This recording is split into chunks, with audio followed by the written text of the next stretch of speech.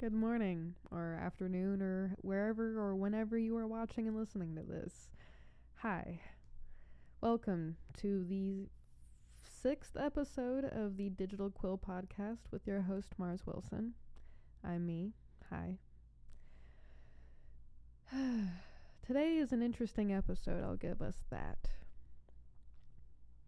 We are going to talk about my book and everything that has led up to this point for me to get this book out there.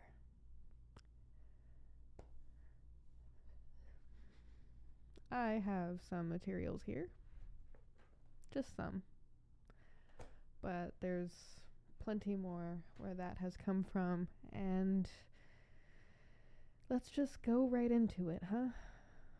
Of course, there's going to be tangents and other things along the way. There always are, but let's just do it. Let's just dive in and talk about 21 Days Gone. The myth, the legend, and eventually the reality. First, we are going to start with the 21 Days Gone Bible.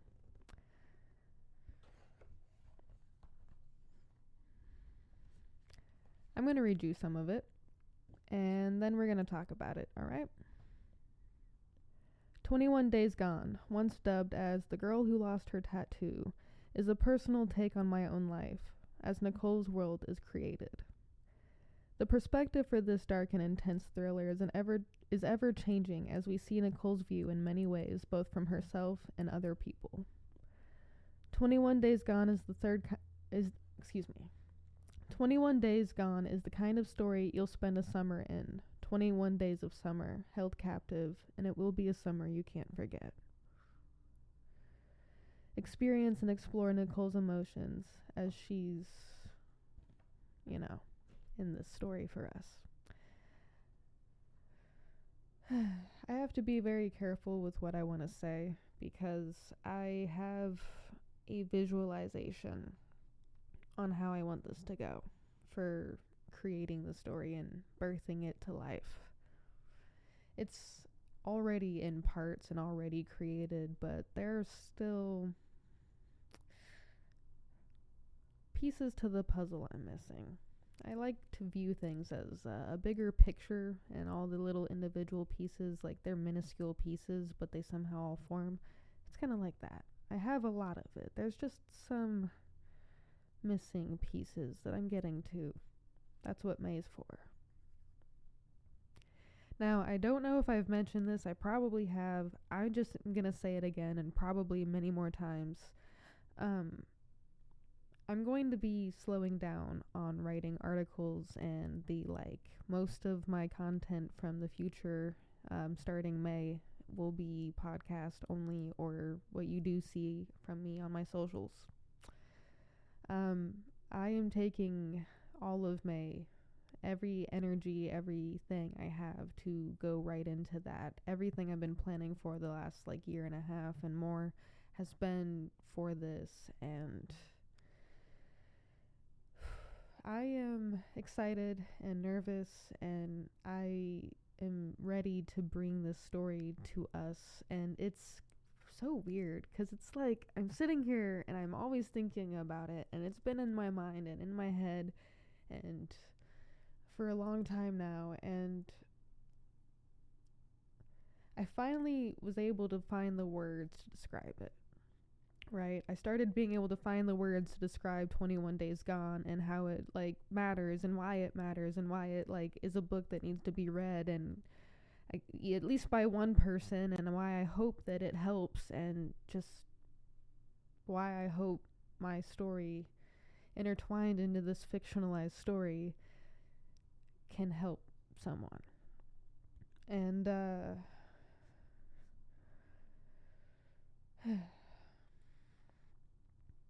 I'm writing it, and I'm thinking about it, and I'm living it, and I'm breathing it, and I'm gearing everything up to make sure that this is the one thing I put all my focus and energy and attention into. And there's these things that happen, right? Baby reindeer, for example. At moments when I feel is it worth it? Should I keep going? Should I do all of this? Is everything I'm doing, like, does it matter? And I come across media that captures my attention, like The Storyteller. Or I was watching one of my stupid shows, like literally just my passing time shows, like I guess a comfort show, but I'm like, it's still new. They still have new episodes. The American version of Ghosts. Okay, I haven't given the UK version a look yet, but apparently the UK version, according to the UK, is not that great. Maybe, I don't know. I need to look into that more. But Ghosts. There was a scene literally last night when I was thinking, like, I don't have a connection to this book. Do I? Or, like, I mean, I do, but, like, I feel like I'm losing it. And do I continue? Like, am I doing it? And I was watching Ghosts, and the scene last night was, I don't want to give it away, but there was something that said, something along the lines that said, we can turn a true story into a fiction. And I'm like, well, that seems to be a reoccurring theme in my life right now. Okay. Onward I tread. And that's why I'm here today talking about this book, because it needs to be said. This book, I can't explain it. I can't explain to you in just so many words what being a writer means to me, or writing in general, or the spoken word, or human connection, or communication on any level. Like this, the ability to do these things is, we have no idea how incredible and how powerful it is. And if I can take my trauma, if I can take the hell, the bullshit I've been through, turn it into fiction that people can digest, because it's not easy to digest in its reality. I know that now. Then maybe what happened to me and so many other people won't happen again. Maybe, just fucking maybe, if you're about to make a shitty fucking choice, you read this book and you change your fucking mind. Just a thought. Maybe this can get through to some people, I don't know. But I am just one voice of millions, and I hope my one voice added to the millions helps. I hope it fucking does, because holy heck, guys. Life is a fucking trip, and I think we have the capacity to get better. I really do. I do believe humans can change, and I do believe that we can become better than we are. There's something I wrote down on the first page of this section of the other 21 Days Gone Bible. It's, Scooby-Doo taught us that monsters aren't ghosts and goblins, but rather the people in masks. And sometimes people wear masks without realizing it. Sometimes they do realize it, and they're afraid to acknowledge that in themselves. Sometimes that's a personal journey. And sometimes the masks are so well hidden that you don't know what's underneath the actual person. But yes, Scooby-Doo, I'm wearing Scooby-Doo socks, taught us that ghosts and goblins are not the monsters, but rather sometimes they're the people under our beds.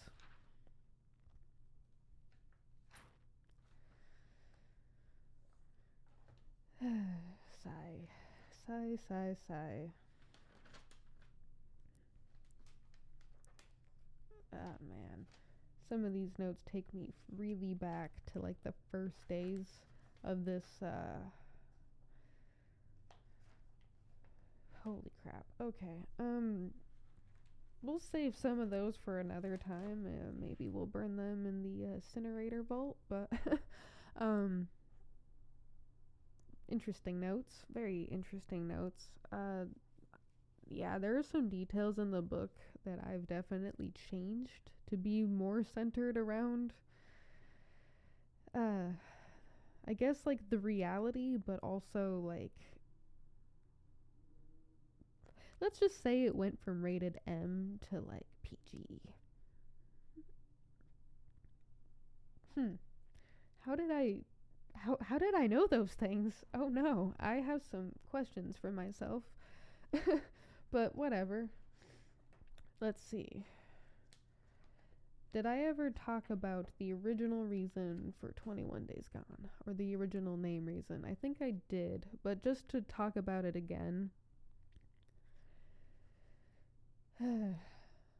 I thought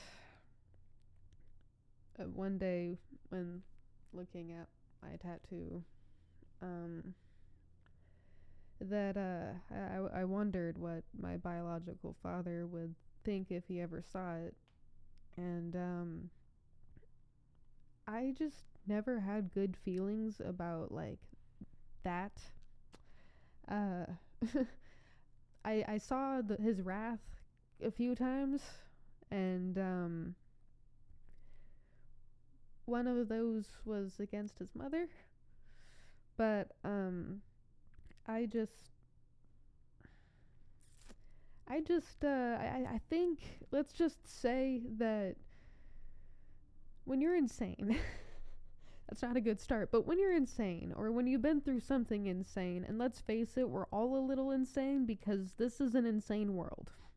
We have to be fucking crazy to endure what we do or to live how we live. Like, you just have to be insane. And it's like,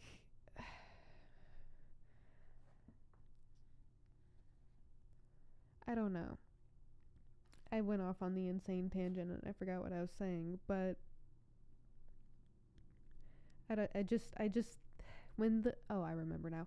When the freaking insane part of your brain enacts and it's like, oh no, I know how this person would react. So they're probably going to end up doing something like this. And then you're a writer and you overthink everything, so you're always constantly creating little stories inside your head of everything, and I do mean everything. It's kind of like a second TV in my head. It's why I'm not always worried about binging shows and stuff, because I have a constant loop, not really a loop, but like a constant like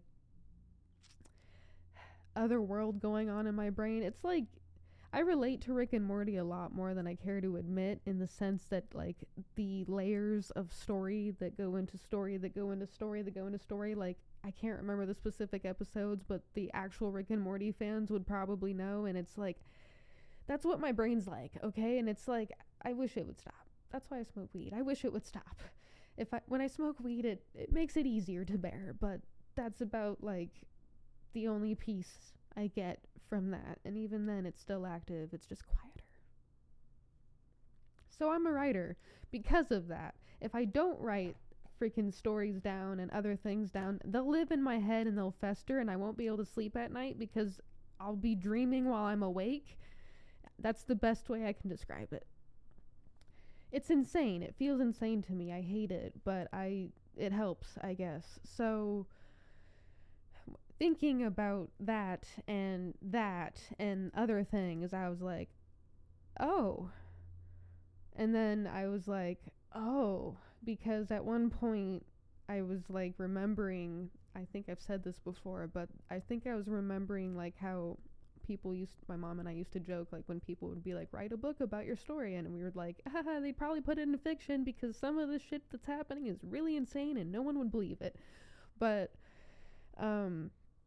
yeah, like the fiction part and then the book, and then I was like, oh. And then at around the time that the idea was festering in my brain, like I think I had seen like clips of the girl with the dragon tattoo, that one movie, and then I was like thinking about the book, and I saw the bold text of the book in the store one time, and I was like, oh, the girl who lost her tattoo, because that's a funny play on words.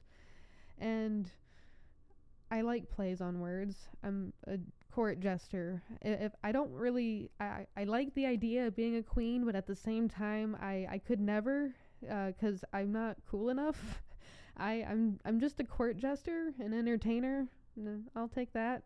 I don't mind being the fool for everyone. It's fine. Um, but yeah, I just I had to turn that story into fiction, and I also kind of figured growing up when I was younger, I'm trying to go back to some of the values from when I was younger, like how much I wanted to help people with my story, and the fact that so many other people have that story or a similar story. It's like I need to do something. I feel an urge to do something, and it's this book and telling my story fictionally and hoping it helps. Hoping it helps a lot, or at least a little. I don't know. I don't want to sound pretentious or like I'm stroking my ego, because that's not what this is for. I'm actually gonna do like some giveaways of free copies. One of the things I want to do with the first initial release and with also the second is go to the little libraries, send some to friends in other states for the little libraries and say, hey, put these in the little libraries so people can read them.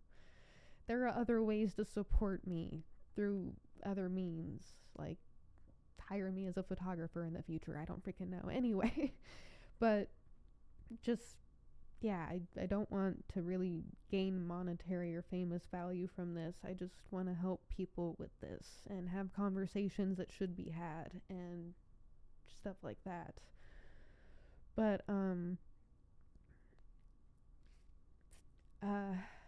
yeah, the all the voices of like stories and like ideas and just on replay in my brain are helping me write this. And it's also like when I was younger, going back to like helping people and stuff, I also knew that all the years I spent in therapy and then got back into and other therapies and just everything like involving like fixing and healing and working on that, like I knew all of that wasn't going to help, that there was going to be some things that I was going to have to do throughout the rest of my life that helped with that. And one of those is like giving the pain a purpose by helping people and connecting with people and living. And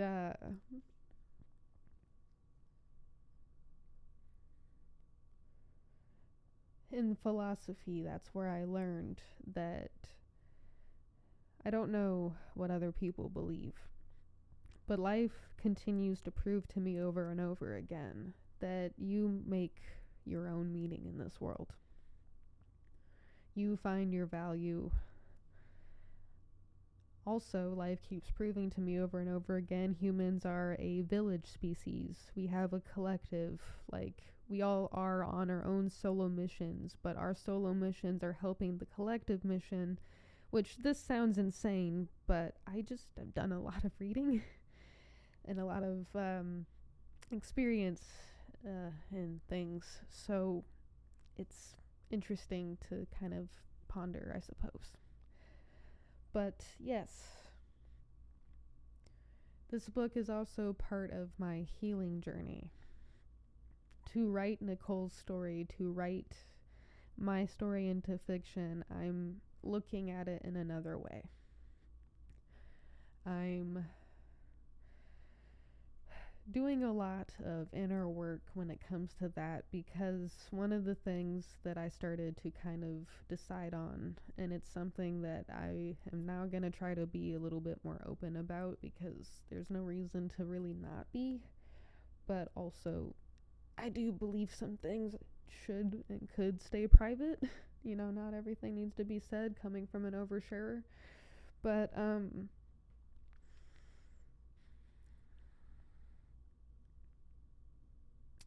when I started realizing and actualizing what I wanted to do with 21 Days Gone, I started taking a look at my relationships with people, and this is something I've kind of always done, but like I actually started taking a deep like look into things, an analysis on life as you would.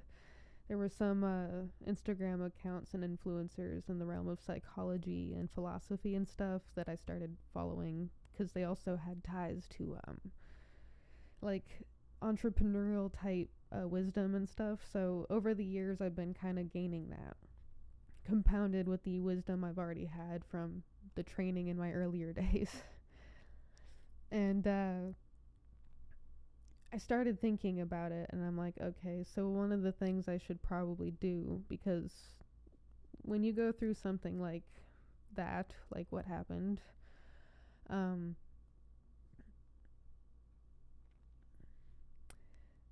there's certain traumas that come up, certain feelings that you tend to avoid, and things that you put aside because you don't know any better. And one of the things that I am putting aside because of my unhealthy relationship with it is sex. After years of just being a human, I am no longer considered sexual. I am celibate. I am not probably going to be doing that, but that is something I've decided upon for a lot of personal reasons that I'm not going to share. If you want to know, you can message me personally. I might disclose with you, but I'm probably not going to share it with too many people. But one of the reasons is also because of sexual trauma, because let's just say sex has felt very performative for others, not for myself, and a large part of that could be my fault. And that's something I need to address internally. But also there are other things. Yeah.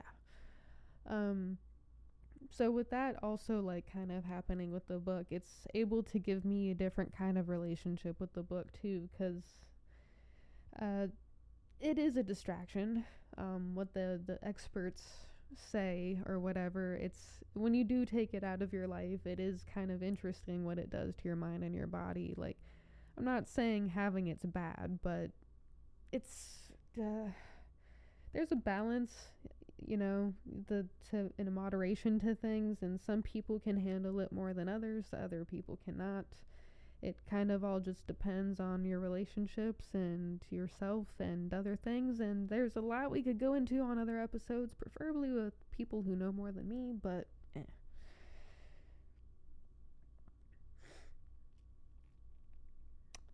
21 Days Gone is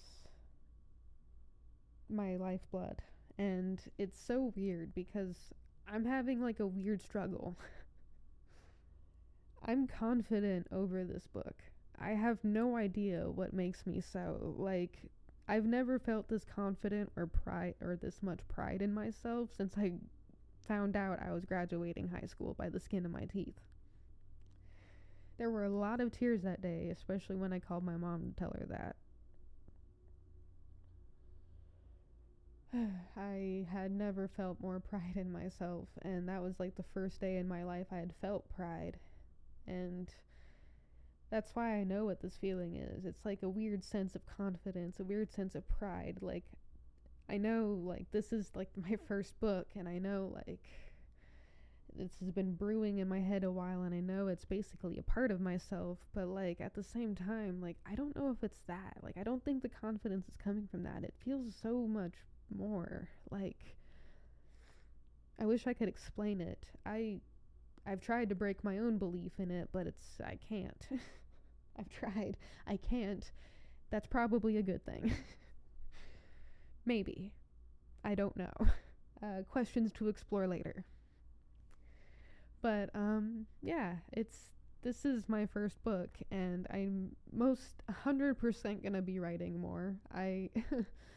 When I was a young kid, one of my first books was actually, funny enough, a story about my own life, but also the lives of a movie I had seen, Mirrors. In it was my dog Harley, who had a different name, but he was a Jack Russell.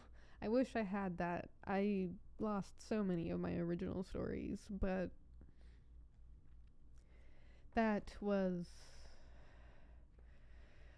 I even wrote on the cover that this is a story inspired by mirrors, the movie. Fan fiction? Not quite. It was more like it was kind of an original-ish idea that was like a spin-off idea of like how Mirrors had done its concept. Like Mirrors was a horror movie, if I remember correctly. It was like around the time I had started getting into horror. And yeah, I was thinking about my dog. Me, like, when I put myself in my stories as a kid, because all I really knew was like me and like my few people that I knew, I would insert myself, but like at different ages or genders. I was always a fan of making male characters in video games, because for some reason I always got bothered by making like self-inserted video game characters unless it was The Sims. But even then, I would alter very much. Not quite gender, but other things. But yeah, that's like the thing. Like my stories, I always kind of incorporated what I like, who I knew, and like built off of that. And that's one of the reasons why I kind of like listening to people tell stories, and then ask a lot of questions, and then also watch a lot of shows and read a lot of books, because everything is like character profiling to me. Like I'm compounding like patterns and behaviors, and when you have autism and ADHD, you understand where this is going, and you're starting to understand the new hell I live in. But this is a good hell. It's a creative hell. It's a philosophical, creative hell, and I'm okay with that. It is not the hell that I grew up in. It is not the hell I left. Hallelujah. Praise whatever we praise in these times. But yeah. One of the things that I've been actually trying to do, and I really hate that I'm doing this, but I always knew that I would. I like lists and things, and I like timelines, and I like piecing together the truth of things, and I'm trying to figure out exactly when I was adopted, and when everything went down, when all the police reports went out, what time of day and day of week and month, year, all of that stuff of when I was taken, and just everything, like everything. And unfortunately, I'm not going to be able to find all those records. Maybe, possibly, I don't know. I have a lot of research to do for the book, and also I have a lot of phone calls and emails and mail to send. Oh boy, I'm going to be busy in April, the rest of April and March. Am I even going to be able to write for the rest of April? We shall see. We shall see. The stuff I have to do is not really taking away from anything else, so I'll just worry about that on my own.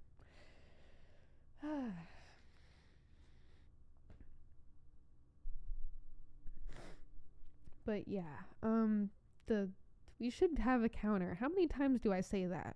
How many times do I say but yeah? Is that my new thing? Is that my new Please don't let that be my new thing. Please don't let that be my new thing. No, I don't need that to be my new thing. Ugh, I really wish I didn't open the blinds. It's so bright and blah blah blah. Let's see. What can I talk about? Oh, okay. So how's this for a bit of a... I don't know how much I want to say. How much do I talk about? How much do I give away? You know what?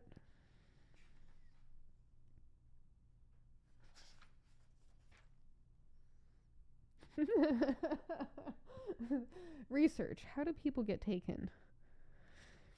I understand the problem with writing crime fiction now. I'm sorry, guys. We are probably on some lists, aren't we? I mean, with some of the research of aliens and things I did back in the day, I'm probably on some lists. But I'm definitely on a list or two now after this. Oops. For the record, this is a book. I'm a writer. If any like FBI or CIA officers watching this, writing. Ooh, okay. So earlier I said the line about this will be a summer you'll never forget. Well, guess what? Oh god, this is creepy. Do I share this? Fuck it. Fuck it. Fuck it. Okay.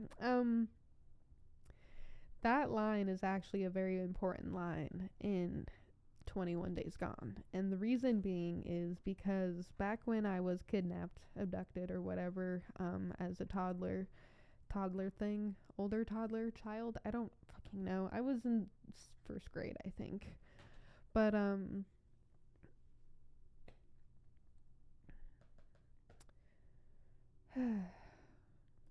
the weekend before he took me, he looked at my grandmother, my mother, and he told her that this would be a Mother's Day that she would never forget. That's a clue. That's a clue for the timeline. Ha! You guys just helped me. Thank you. Thank you. You just helped me. You just helped me without even realizing it, and some of you aren't even here right now. I'm just talking to a microphone. Cool.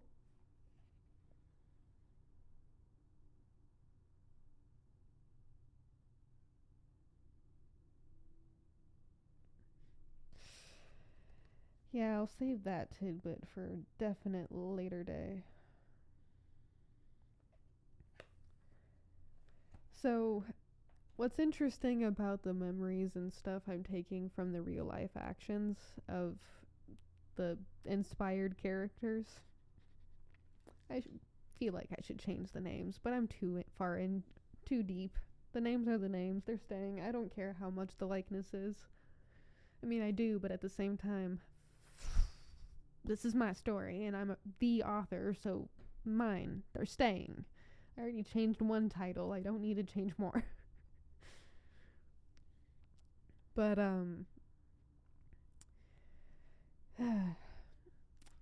there are some things I'm definitely going to keep under wraps until later, because they seem weird.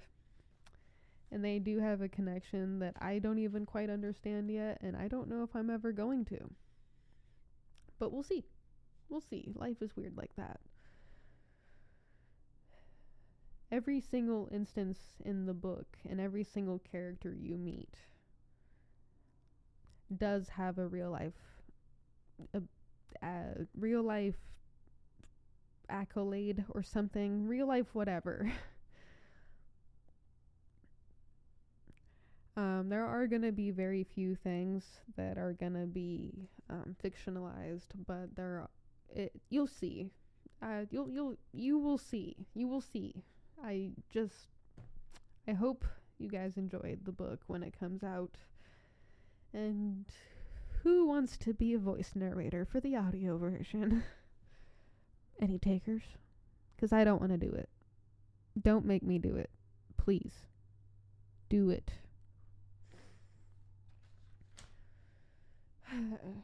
Send me your voice clips in Discord. Or anywhere else, I guess. I will add my Discord link for my community in the channel. It is still in its infantile stages, so bear with us. You're maybe on the ground zero of a good thing. Let's see. Anything else?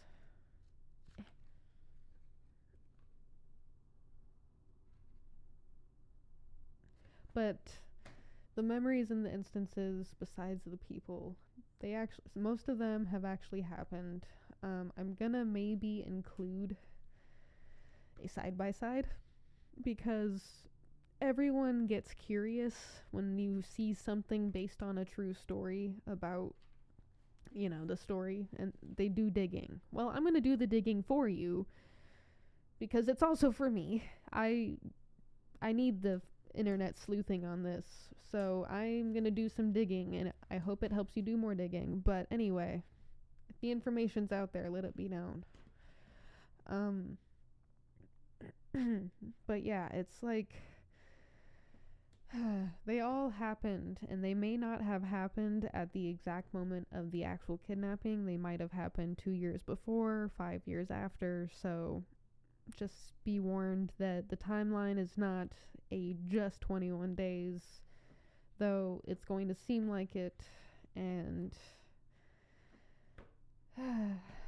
if there's anything life continues to teach me, is that you can have lived many lifetimes in one life. I am 26, going to be 27 at the later half of this year. And I feel 106. No, excuse me, I feel 206. I feel like I look 206. But, I'm under a lot of stress right now. But, 'cause there's some things going on. But, yeah, anyway, that's neither here nor there. Just nosed it. My bad. This book is integral to me, and it is my lifeblood, and pretty much everything I'm doing, especially everything I'm doing in May, is going to be for the life and power of this book and myself, because I am going to pour all of me. I'm going to need a 4.5-year vacation after this, but I'm not going to have that. So, on we tread. We're coming to the end, where I tell you to do all the internet things. Subscribe on YouTube, like this on Spotify, comment, share it, subscribe on the Substack, read my writings, stay tuned for another episode, or don't do any of those things. That's okay. Sometimes I don't even do all those things, but I try to. I try to throw the likes and the comments and the shares where I can, because apparently it helps. I honestly think money might help more, but I don't like that. I believe in good organic growth. I've seen it work, so we're gonna do it that way. People who can pay the money and can be okay with doing that, go for it. Some people aren't like that, though. I'm one of those people that aren't. Sometimes I wish things were different and I could take the easy way. But life to me is not about the easy way. It's about the journey, not the destination. It's about who I meet along the way and the things I experience along the way, because that will make whatever I went through make sense to me. And if you live differently, that's okay. We all have freedom and free will on some level, after all. And yes, those are two different things. We will philosophize on another episode. Is philosophize even a word? Philosophically speak on? I don't know. Thank you for getting 38 minutes into this show, and thank you for being here today. You are a wonderful human being, even if you don't believe it. As always, keep going, humans of Earth. I think we've got this. I'm pretty sure we do.